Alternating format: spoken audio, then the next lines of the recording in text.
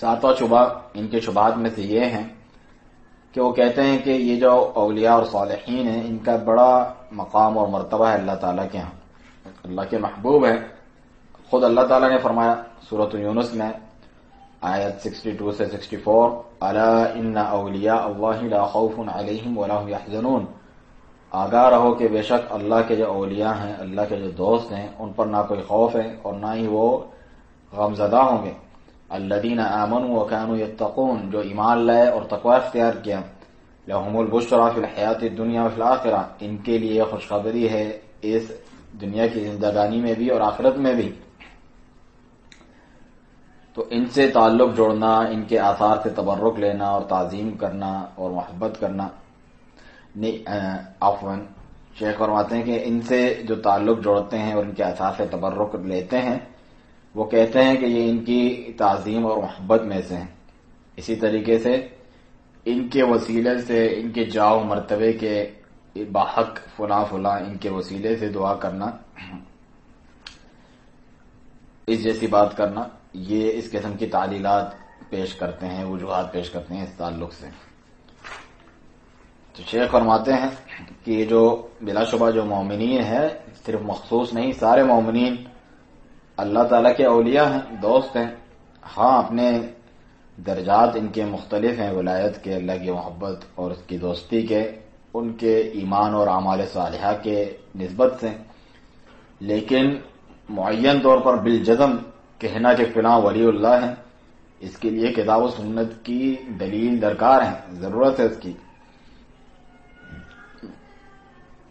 چنانچہ جس کے لیے کتاب و سنت گواہی دیں گے اس کے ولی ہونے کی، اس کی ولایت کی، تو ہم بھی اس کی گواہی دیں گے، اور جس کی گواہی نہیں دیں گے کتاب و سنت، تو پھر ہم بالجزم یقین کے ساتھ یہ نہیں کہہ سکتے۔ لیکن مومن کے لیے ہم خیر کی امید رکھتے ہیں،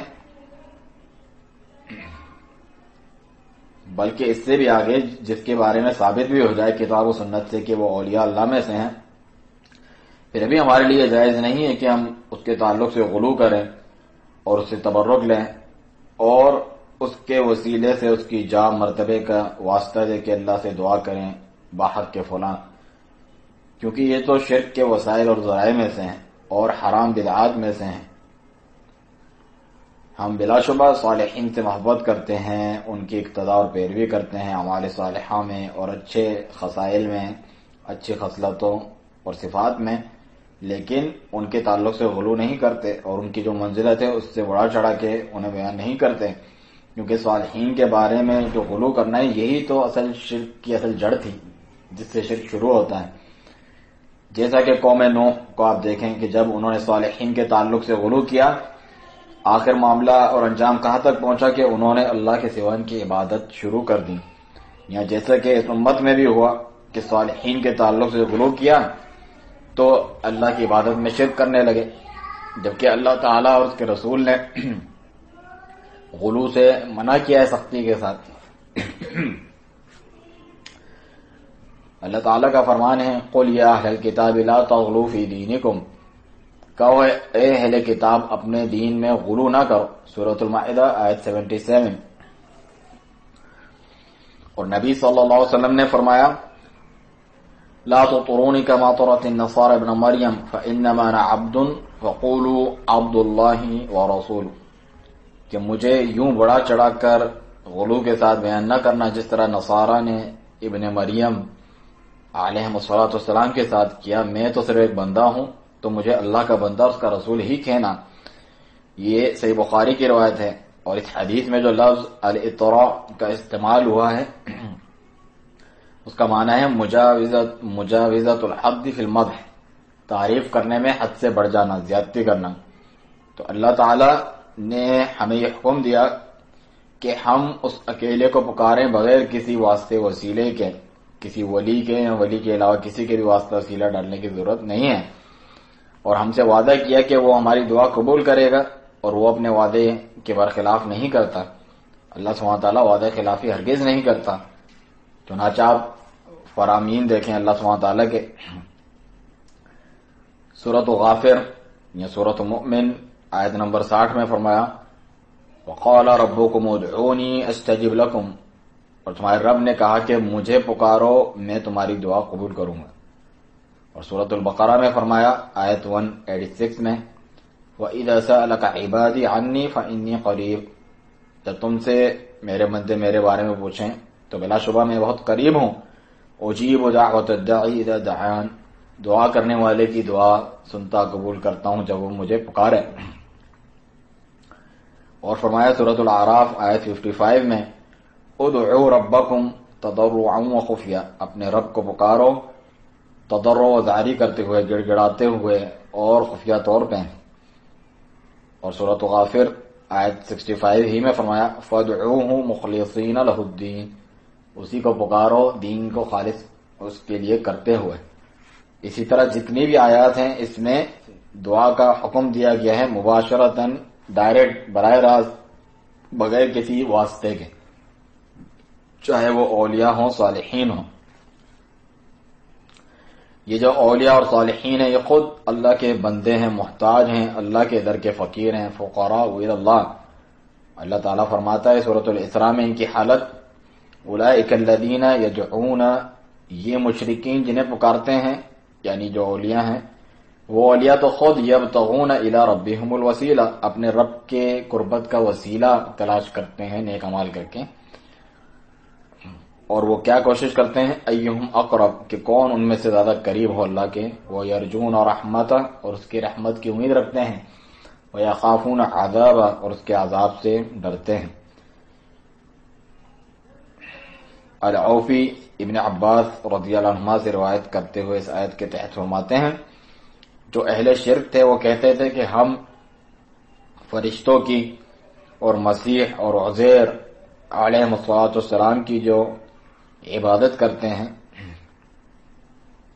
یعنی وہ یہ کہتے تھے ہم تو ان کی عبادت کرتے ہیں تو نیک لوگ ہیں، تو اللہ تعالیٰ نے فرمایا اولئک الذین یدعون، جن کو یہ لوگ پکارتے ہیں جیسے کہ فرشتے ہیں ان کی عبادت کی جاتی ہے۔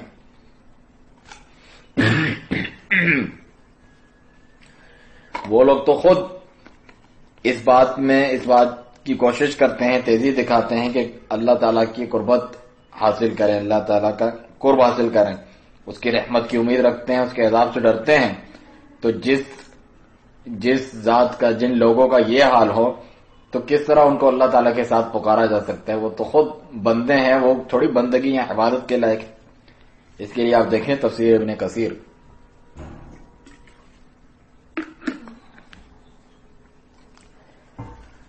اور شیخ الاسلام ابن تیمیہ رحمہ اللہ فرماتے ہیں یہ آیت عام ہے، ہر اس کے لیے یہ آیت عام ہے بالکل جس معبود کی بھی لوگ عبادت کرتے ہیں اور وہ خود اللہ تعالیٰ کا بندہ ہے جس کی وہ عبادت کر رہے ہیں، چاہے وہ فرشتے ہوں، جنات ہوں یا انسانوں میں سے کوئی ہو۔ یہ آیت خطاب کرتی ہے ہر ایک کو جس کو بھی اللہ تعالیٰ کے سوا پکارا جاتا ہے، حالانکہ جسے پکارا جا رہا ہے وہ تو خود اللہ تعالیٰ کے قرب کا وسیلہ اور ذریعہ تلاش کرتا ہے، اس کی رحمت کی امید رکھتا ہے، اس کے عذاب سے ڈرتا ہے۔ تو جو کوئی بھی کسی فوت شدہ کو، غائب کو، انبیاء یا صالحین میں سے پکارتا ہے، چاہے وہ استغاثہ یعنی فریاد کے الفاظ میں سے ہو یا اس کے علاوہ، تو اس کو یہ آیت شامل ہے، جیسا کہ ان لوگوں کو شامل ہے کہ جو فرشتوں اور جنات کو پکارا کرتے تھے۔ اس کے لیے دیکھیں آپ مجموع فتاوی شیخ الاسلام ابن تیمیہ۔ تو یہ 7واں شبہ تھا جس کا جواب دیا۔ 8واں شبہ، ان کے شبہات میں سے یہ بھی ہیں کہ وہ اللہ تعالیٰ کے اس قول سے استدلال کرتے ہیں سورۃ المائدہ آیت 35 میں کہ یا ایھا الذین آمنوا، اے ایمان والو، اتقوا اللہ، اللہ تعالیٰ سے ڈرو، وابتغوا الیہ الوسیلہ، اور اس کے ہاں کا وسیلہ تلاش کرو، اس کے پاس وسیلہ تلاش کرو۔ اور فرمایا سورۃ الاسراء میں یعنی بنی اسرائیل میں آیت 57 میں اولئک الذین یدعون، یہ جن لوگوں کو پکارتے ہیں، یبتغون الی ربہم الوسیلہ، وہ تو خود اپنے رب کے پاس وسیلہ ڈھونڈتے ہیں، ایہم اقرب، کہ ان میں سے کون زیادہ قریبی ہے۔ تو یہ جو لوگ ہیں شیخ فرماتے ہیں کہ ان دونوں آیتوں سے انہوں نے کیا سمجھا ہے؟ یہ سمجھا ہے کہ ہمیں واسطے وسیلے بنانے چاہیے اور اللہ نے ہی اس کو شریعت بنا کر ہمیں بتایا ہے۔ اپنے اور اللہ تعالیٰ کے درمیان انبیاء صالحین کا وسیلہ ڈالنا چاہیے، ان کی ذاتوں کا، ان کے بحق کے فلاں بجاہ فلاں، اس کے واسطے وسیلے، اس کی جاہ و مرتبت کے وسیلے سے دعا کرنی چاہیے۔ اس کے جواب میں شیخ فرماتے ہیں بلا شبہ جو وسیلہ ہے ان دونوں آیتوں میں یہ وہ وسیلہ نہیں ہے جس طرح یہ لوگ سمجھتے ہیں، بلکہ اس سے مراد ہے التقرب الی اللہ بالاعمال الصالحہ، اللہ تعالیٰ کا تقرب حاصل کرنا نیک اعمال کر کے۔ جو توسل ہے یا وسیلہ ہے اس کی دو اقسام ہیں، ایک توسل مشروع ہے جو جائز ہے، دوسرا ممنوع ہے یعنی جس سے منع کیا گیا وہ والا وسیلہ۔ تو جو مشروع اور جائز ہے اس کی مختلف انواع ہیں۔ پہلی نوع مثالیں شیخ پیش کرتے ہیں، جیسا کہ التوسل الی اللہ باسمائہ وصفاتہ، اللہ تعالیٰ کے ہاں وسیلہ اس کے ناموں اور صفات کا اختیار کرنا، جیسا کہ اللہ تعالیٰ کا فرمان ہے وَلِلَّهِ الْأَسْمَاءُ الْحُسْنَى فَادْعُوهُ بِهَا، اور اللہ ہی کے لیے پیارے خوبصورت نام ہیں، ان کے ذریعے ہی اللہ کو پکارو، سورۃ الاعراف آیت 180۔ یا جیسا کہ کوئی مسلمان کہتا ہے یا اللہ یا ارحم الراحمین، اے اللہ اے سب رحم کرنے والوں سے بڑھ کر رحم کرنے والے، یا منان یا ذی الجلال والاکرام، کذا کذا، اس طریقے سے اللہ تعالیٰ کو پکارتا ہے اس کے صفاتی ناموں کے ذریعے، اور یہ دعا کا بہترین طریقہ ہے۔ دوسرا اللہ تعالیٰ کے پاس وسیلہ اختیار کرنا بإظہار الفقر والحاجت الیہ سبحانہ، اللہ تعالیٰ کے ہاں اپنے اللہ تعالیٰ کے در کا فقیر اپنے کو ثابت کرنا کہ میں تیرا محتاج ہوں، تیرے سوا کوئی نہیں، میرا اس کے در کا فقیر بننا، اپنا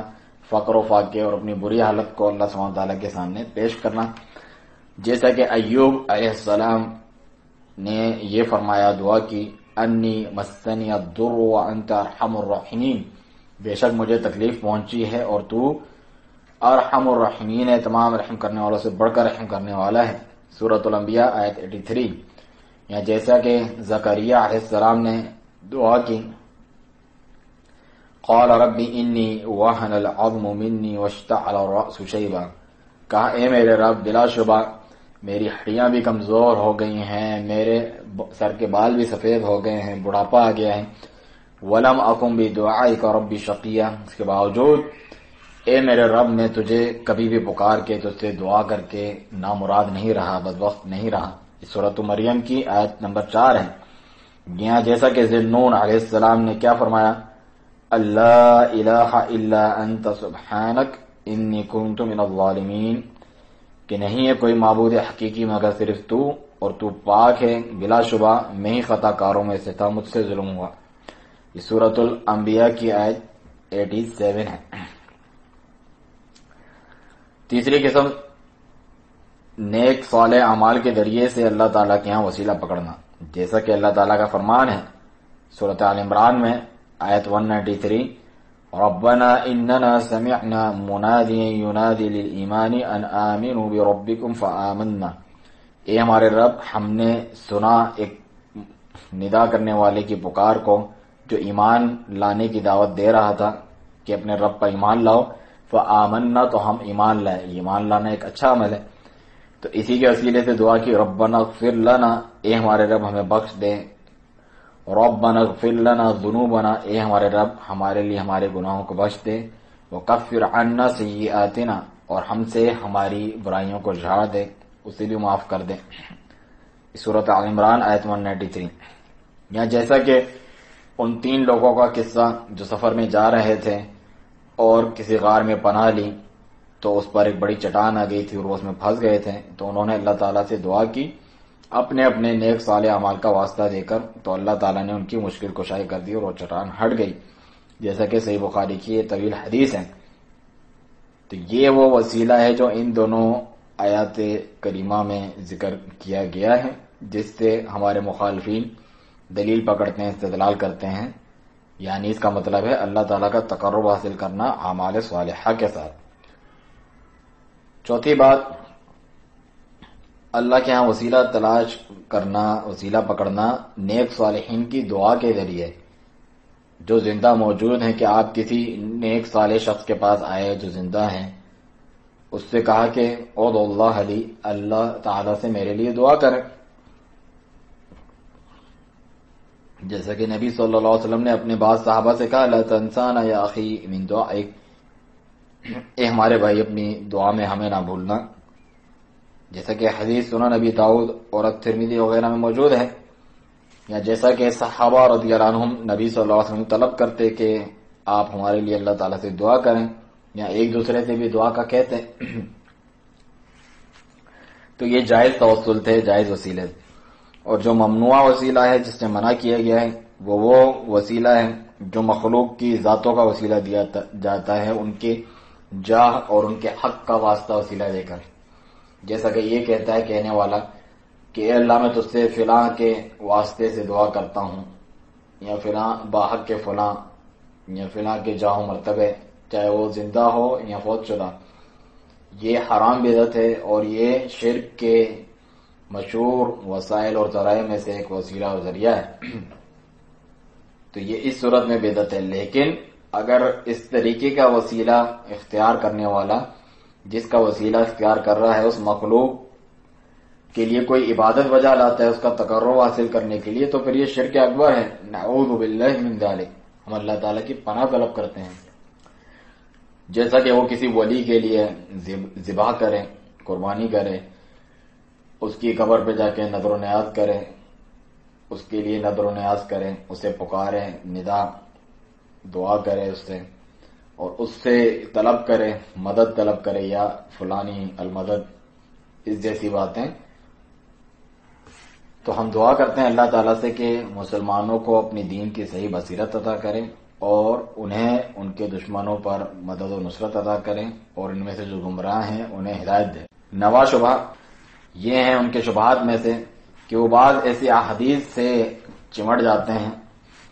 گمان کرتے ہوئے کہ یہ دلیل اور حجت بنانے کے لیے ان کے لیے صحیح ہے، یعنی صحیح وہ کر رہے ہیں اور ان کے یہ کام آئے گی. حالانکہ ایسا نہیں ہے. جیسا کہ وہ حدیث جو امام الترمذی نے اپنی جامع میں روایت کی ہے، سنن الترمذی نے اپنی سند سے عثمان بن حنیف رضی اللہ عنہ کی، کہ ایک شخص جو نابینا تھا، اندھا تھا، نبی صلی اللہ علیہ وسلم کے پاس آیا اور کہا ادعو اللہ ان یعافینی، اللہ تعالیٰ سے دعا کریں کہ مجھے صحت عافیت دے، مجھے ٹھیک کر دے. تو نبی صلی اللہ علیہ وسلم نے کہا ان شئت دعوت، اگر تم چاہو تو میں دعا کر لوں، وان شئت صبرت فهو خیر لک، اور اگر تم چاہو تو صبر کر لو، وہ تمہارے لیے زیادہ بہتر ہے. لیکن اس نے اسی پہ اصرار کیا کہ دعا ہی کر لے. تو آپ نے اسے حکم دیا کہ وضو کرو اور اچھی طرح وضو کرو، پھر یہ دعا پڑھو اللہم انی اسألک واتوجہ الیک بنبیک محمد نبی رحمہ، اے اللہ میں تجھ سے مانگتا ہوں، سوال کرتا ہوں اور تیری جانب متوجہ ہوتا ہوں تیرے اس نبی رحمت محمد صلی اللہ علیہ وسلم کے ساتھ، ان کے ذریعے سے. انی توجہت بہ الی ربی فی حاجتی هذه لتقضى اللہم فشفع فی، کہ میں متوجہ ہوتا ہوں ان کے ساتھ اپنے رب کی طرف اپنی اس ضرورت کے لیے کہ یہ پوری کر دی جائے. اے اللہ میرے بارے میں ان کی شفاعت سفارش قبول فرما. امام الترمذی کہتے ہیں حدیث بیان کر کے کہ حدیث حسن ہے، صحیح ہے، غریب ہے، جسے ہم نہیں جانتے مگر صرف اسی ابی جعفر کی روایت سے، جو کہ الخطمی جو ہیں ان کے علاوہ ہے. یہ تو وہ کہتے ہیں کہ یہ جو حدیث ہے، یعنی یہ جو دلیل پکڑتے ہیں، وہ کہتے ہیں اس حدیث میں آپ دیکھیں کہ اللہ کی جانب متوجہ ہوئے اور اللہ سے سوال کیا اپنے نبی محمد صلی اللہ علیہ وسلم کے ذریعے. اس کے جواب میں شیخ فرماتے ہیں یہ جو حدیث ہے اگر یہ صحیح ہو، حالانکہ صحیح طور پہ ثابت ہے نہیں، اگر یہ صحیح ہو تو پھر یہ بھی ایسی بات ہے ہی نہیں کہ جس میں ہمارا جھگڑا یا نزاع ہو. یہ اس سے متعلق نہیں ہے، کیونکہ یہ جو اندھا نابینا تھا وہ نبی صلی اللہ علیہ وسلم سے اس نے صرف یہ طلب کیا کہ وہ آپ کے لیے دعا کریں، اور اللہ کی جانب متوجہ ہوا آپ کی دعا کے ذریعے آپ کی موجودگی میں. یہ تو جائز ہے کہ کوئی شخص کسی نیک صالح شخص کے پاس جائے جو زندہ موجود ہے اور اس سے یہ طلب کرے کہ وہ اللہ تعالیٰ سے دعا کرے اس کے لیے. اس میں تو کوئی ایسی بات نہیں کہ جو اس بات پر دلالت کرے کہ جو واسطہ وسیلہ یا فوت شدگان اور جو غائب میں موجود نہیں ہیں ان کا واسطہ وسیلہ ڈالنا چاہیے. نبی صلی اللہ علیہ وسلم نے اس اندھے اور نابینا کو جو ہے حکم دیا کہ وہ اللہ تعالیٰ سے دعا کرے اور اللہ سے یہ کہے کہ اے اللہ اپنے نبی صلی اللہ علیہ وسلم کی شفاعت سفارش میرے حق میں قبول فرما. یہ تو اللہ سے دعا ہو رہی ہے. تو یہاں پر تو شفاعت اللہ سے طلب کی جا رہی ہے اور شفا بھی اللہ اکیلے سے طلب کی جا رہی ہے. اس حدیث میں اس سے زیادہ اور کچھ ثابت نہیں ہوتا. یہ مخلوق کی ذات کا وسیلہ پکڑنے کے جواز کی دلیل بنتی ہی نہیں اور مردوں فوت شدگان اور غائب لوگوں کو پکارنے کی دلیل بنتی ہی نہیں. اسی طریقے سے وہ ایک اور حدیث سے دلیل پکڑتے ہیں جو کہ جھوٹی ہے اور اسے یہ رٹتے رہتے ہیں بار بار کہ نبی صلی اللہ علیہ وسلم نے فرمایا توسلوا بجاہی فإن جاہی عند اللہ عظیم. میرے جاہ مرتبے کا وسیلہ اختیار کرو اللہ کے پاس کیونکہ میرے جاہ مرتبہ اللہ تعالیٰ کے یہاں بہت بڑا ہے. یہ حدیث جھوٹی ہے، افتراء، جھوٹ و افتراء ہے رسول اللہ صلی اللہ علیہ وسلم پر، جیسا کہ اس کا بیان شیخ الاسلام ابن تیمیہ رحمہ اللہ نے فرمایا ہے اپنے مجموعہ فتاوی میں.